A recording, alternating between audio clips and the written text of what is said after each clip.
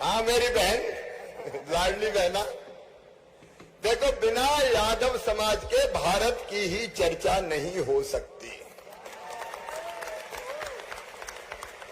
यदा यदा ही धर्मस्य ग्लानिर्भवति भारत अभ्युत्थानम धर्मस्य तदात्मानं साधूनां विनाशाय च दुष्कृताम धर्म संस्थापनार्थाय संभवामि युगे युगे। हजारों साल से ये भगवान कृष्ण की आश्वस्ति है कि जब जब धर्म की हानि होगी, अधर्म बढ़ेगा, अन्याय बढ़ेगा, तब तब धर्म की रक्षा के लिए और अधर्म के नाश के लिए, सज्जनों के उद्धार के लिए और दुष्टों के संहार के लिए मैं बार बार इस धरती पर आऊंगा, मैं बार बार इस धरती पर आऊंगा। विश्व गुरु है आदरणीय हमारे भगवान, हम तो भगवान मानते हैं, भगवान कन्हैया। और जब कहीं अति हो जाती तो हम गाते हैं, बड़ी देर भई नंदलाला तेरी राह तके भारत वाला। पर आज मैं अतिशयोक्ति नहीं कर रहा। डॉक्टर निशांत अभी बता रहे थे, देश में अगर अन्न के भंडार भरने हो और दूध दही की नदियां बहानी हो तो सबसे पहले आगे आता है यादव समाज। और अगर देश की सीमाओं की सुरक्षा करनी हो तो हल के साथ हाथ में बंदूक उठाता है यादव समाज। इस देश के लिए बहुत योगदान। गीता जैसा पवित्र ग्रंथ जो पूरी दुनिया को राह दिखा रहा है, हम उनके वंशज हैं। और इसलिए एक ने अनेकों विभूतियां हैं हमारे समाज में। और ये बात डॉक्टर यादव सही कह रहे थे कि समाज के बारे में सोचना संकीर्णता नहीं है, क्योंकि हर समाज संगठित होके सामाजिक बुराइयां दूर करते हुए अगर आगे बढ़ेगा तो समाज से ही देश बनता है, देश भी आगे बढ़ेगा। और यादव समाज ने यह संकल्प लिया है, किसी भी क्षेत्र में हो, धर्म के क्षेत्र में, राजनीति के क्षेत्र में,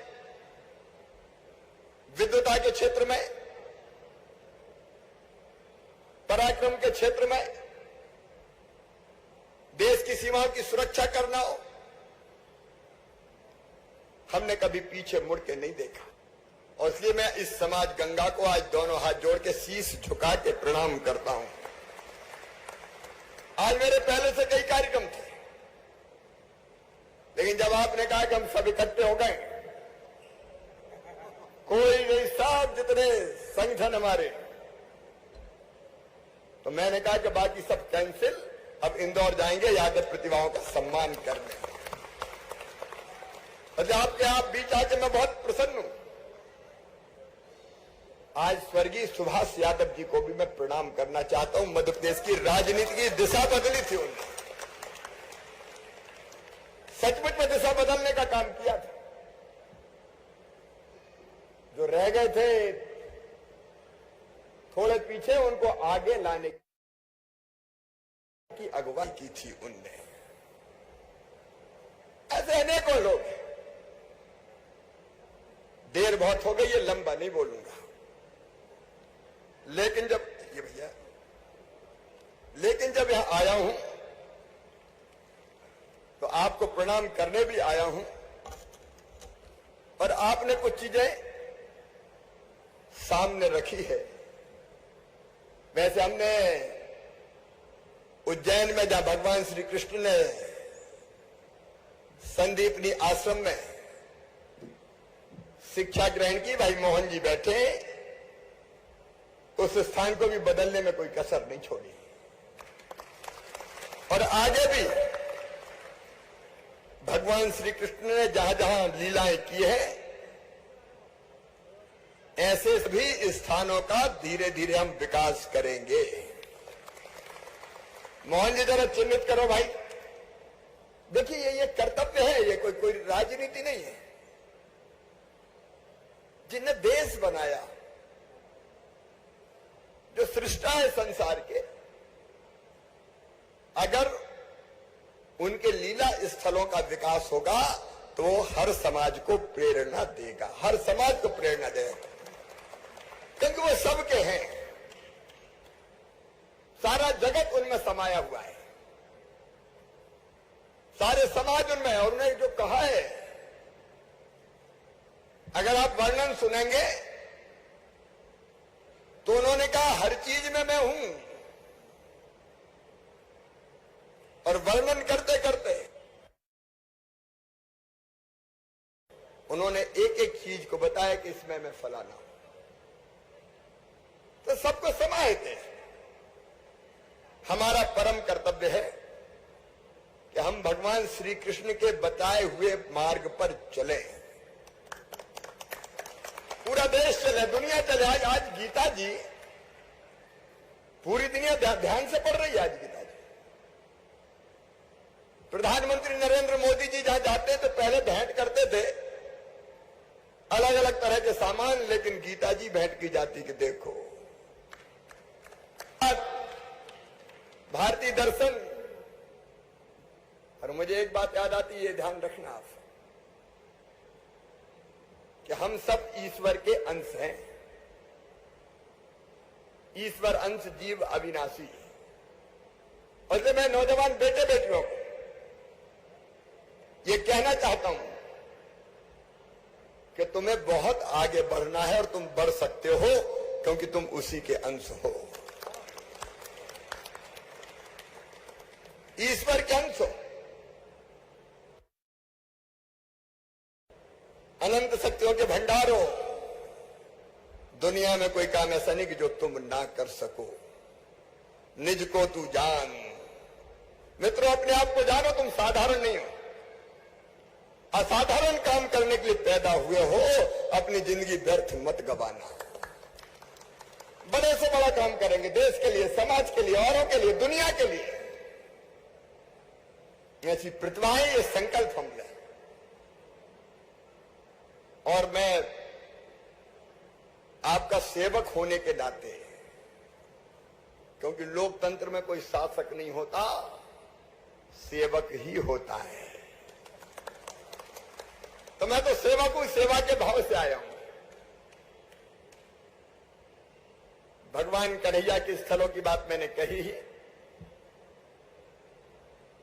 मैं जन्माष्टमी का पर्व सीएम हाउस में जब से बना हूं, हमेशा मस्ती और आनंद के साथ मनाते हैं, क्योंकि वहीं से ऊर्जा मिलती है, शक्ति मिलती है। तो वो तो हम करेंगे। लेकिन आपने एक बात की, गोहत्या निषेध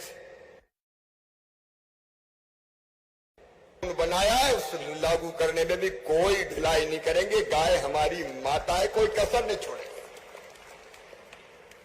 आपने गायों का जीवन यापन अच्छे से हो सके, इसलिए गौशाला की नीति का सरलीकरण की बात कही है। हमने पिछले दिनों ही गौ सेवकों को भोपाल बुला के पूरा एक सम्मेलन किया था। इसमें और ज्यादा सुधार की जरूरत है, सुधार करेंगे। और राशि भी जो गौशालाओं को दी जानी चाहिए, उस राशि को भी हमने बढ़ा के 4 गुना किया है, ताकि गौ माता का ठीक से भरण पोषण। एक बात, आज मैं अमर शहीदों का चारण, उनके यश गाया करता हूं। जो कर्ज राष्ट्र ने खाया है, मैं उसे चुकाया करता हूं। ऐसे ही राष्ट्र के गौरव अमर शहीद राव तुलाराम जी, उनके चरणों में प्रणाम करता हूं। और हम ये फैसला कर रहे हैं कि उनका स्मारक, उनकी प्रतिमा इंदौर में स्थापित की जाएगी।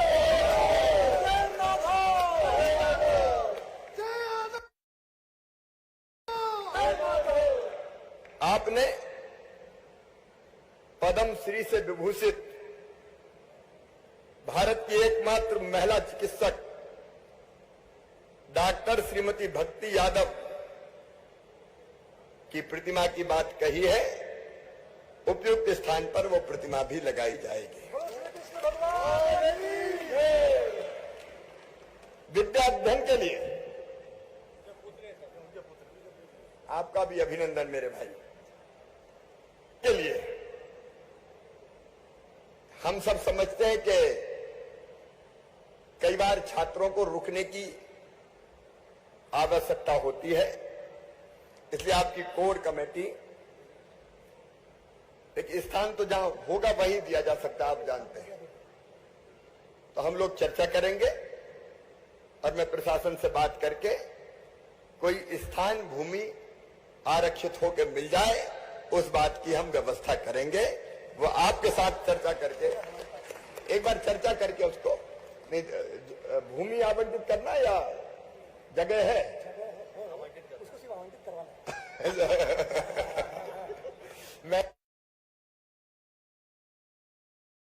मैं जाइए तो वो जरा देख के उसको, और जरूर कोई एक स्थान आरक्षित हो जाए जहां छात्रावास इत्यादि बन सके, उसका इंतजाम करेंगे, व्यवस्था करेंगे।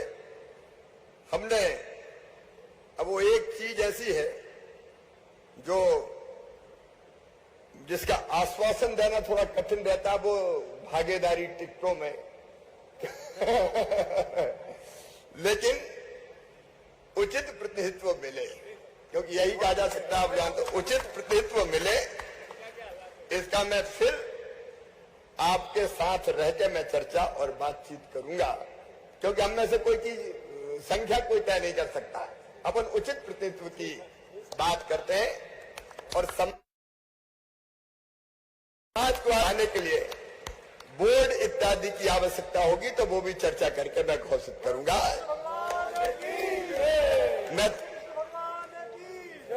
मैं बड़ी देर से थोड़ा आ गया, क्योंकि रास्ते में लाडली बहना जगह जगह मिल गई, तो उनको प्रणाम करते हुए आया, इसलिए अब लंबी बात नहीं करूंगा। एक बार फिर मैं अपने सभी भाई बहनों को प्रणाम करता हूं, बेटा बेटियों को आशीर्वाद देता हूं। चिंता मत करना, मामा तुम्हारे साथ है, आगे बढ़ो, तुम अनंत आसमान में ऊंची उड़ान भरो, अपने समाज का, अपने परिवार का और अपने देश का नाम रोशन करो। बहुत बहुत धन्यवाद, प्रणाम।